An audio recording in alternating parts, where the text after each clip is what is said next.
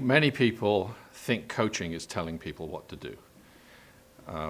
In fact, I even heard it defined by a newly minted consultant once as coaching is telling people to go to hell in a way that they don't mind.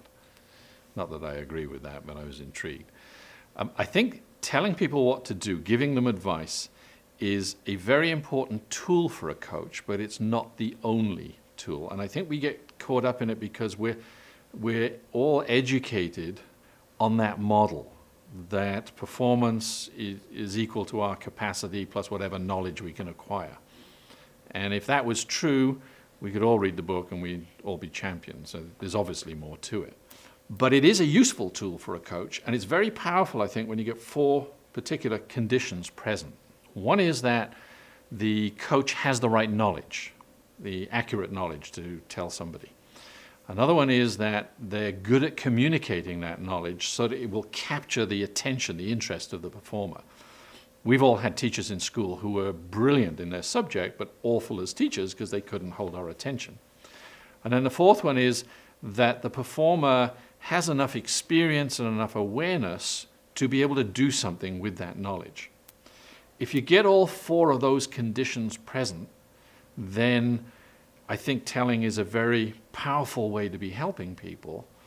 But in my experience, those conditions are not together present at the same time very often, and yet telling tends to be the default way that we try to help people. So it's a powerful tool, but it's not the only tool. And there's some assumptions that we make when we're using telling as a tool. We're assuming that we have the right knowledge and that the performer is going to execute that knowledge accurately.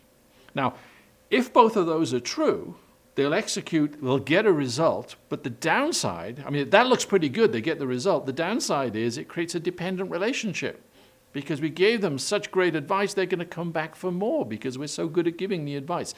And that's a very common trap for a manager or a leader where they lose so much of their time because they're busy giving advice to everybody. They're taking responsibility for other people's results.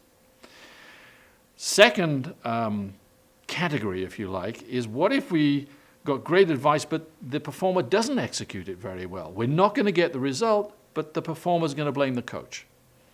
Third category is, well, what if it's not very good advice? We've all had that experience, but we execute it really well. We still won't get the result, and we'll still blame the coach. And then the fourth one is where you've got poor advice executed poorly, and that's just disaster.